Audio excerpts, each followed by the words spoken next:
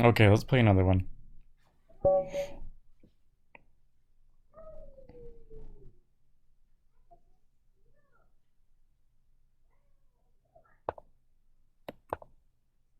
Okay, another d4 game. Let's play the Budapest this time. This is like so. I see this all the time. It's not that great. You have the option of taking the pawn. Like, take it. And then this is even worse because it's now they have double pawns and there's an outpost for my knight on c5. This is just amazing for me.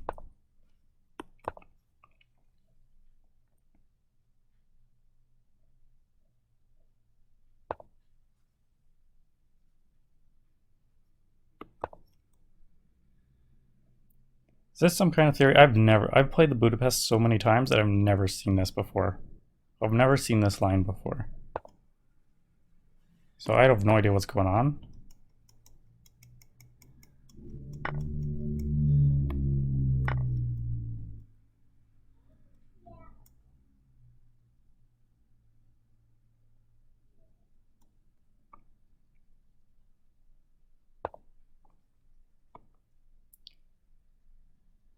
See, let's attack this pawn, developing the bishop.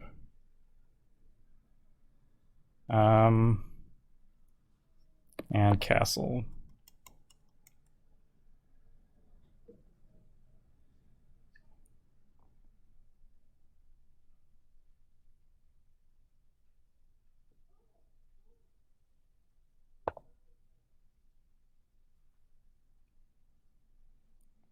No problems here. Let's move my king up.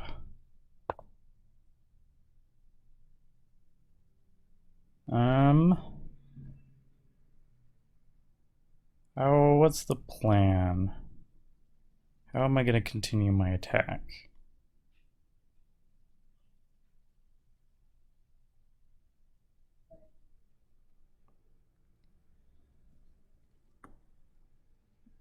I could check if he castle short and then win the pawn, right?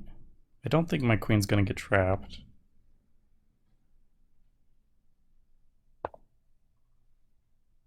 Oh, interesting.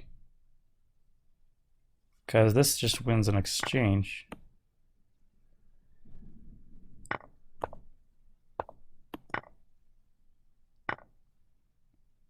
Cool. Bringing my bishop back because I don't want the knight to... Oh. Yeah, I forgot about that. I didn't want the knight hopping into f5.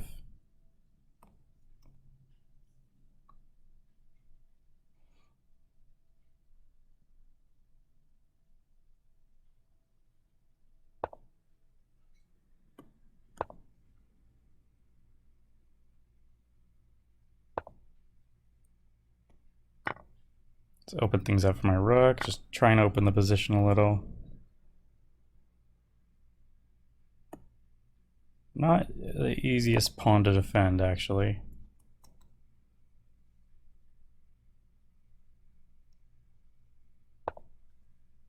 I'm gonna challenge this knight right away.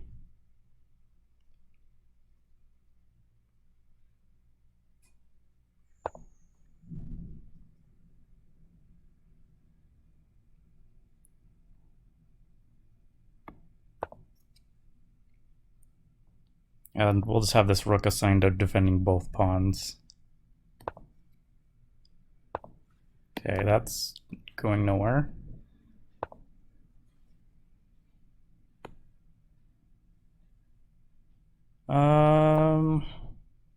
How to proceed? It's definitely been a question a few times, but I'm really liking this f4 square for my rook. Little outpost for my rook. I can pressure the h pawn and the c pawn. In fact, how does he defend the h pawn now? Is that pawn just lost? Looks like it. I have no idea where this... Oh, it just wants to win the pawn. pawn in the corner, huh?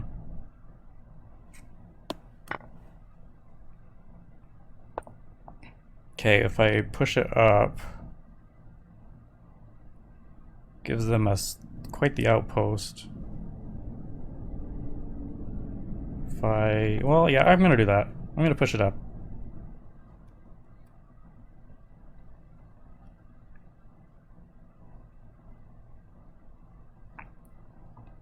My bishop is guarding b1. It's not going to be so easy to attack the pawn. I assume they reroute their knight to go into c6 or something.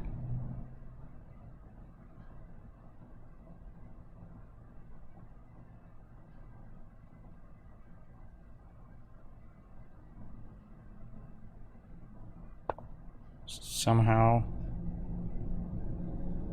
What does this do? Sacking a pawn. Interesting.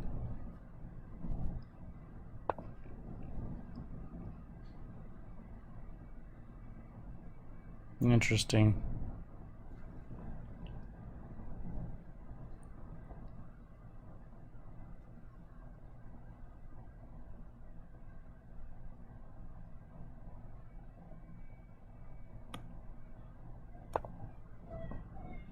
Go back to the outpost, maybe start pushing my pawn.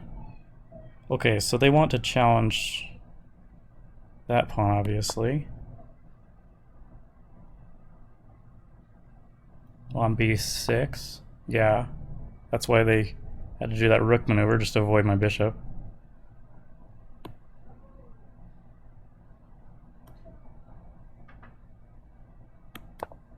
Let's just keep going. Their plan is just kind of slow.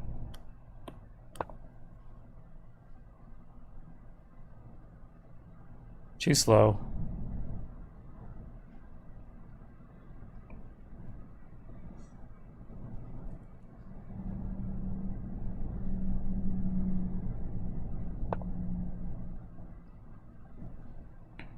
Okay. Defend that pawn.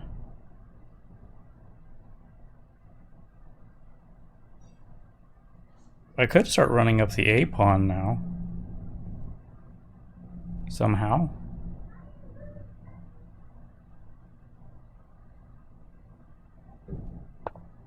The king can also just attack.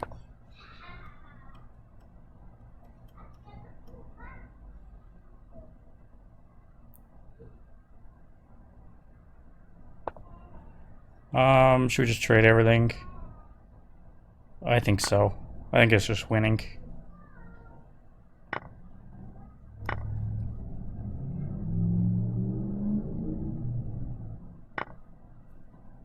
Absolutely.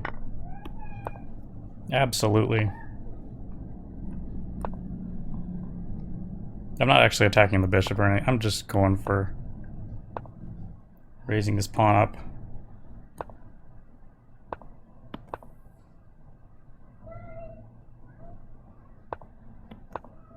How is that gonna be stopped? Oh, he's checking. I didn't see the check because I took off my check highlights. And there's the resignation. Yeah, I can't stop that pawn from promoting. Well, that one was a much easier one, quick and easy. Yeah, just devastating right out of the opening here. Yeah, the Budapest gives them that advantage, but they quickly lost that advantage and gave me that super outpost. Pushing the pawn is not recommended.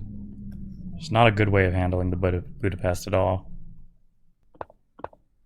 I personally believe that most games are lost in the queen trade moments of the game. That's where tactics seem to always arise, and where games are just decided, lost, and won. So when a queen trade happens, I personally believe it's that moment that's one of the most important in a game. And here I just had a tactic. It's clear and simple. Just winning the exchange. That was game over.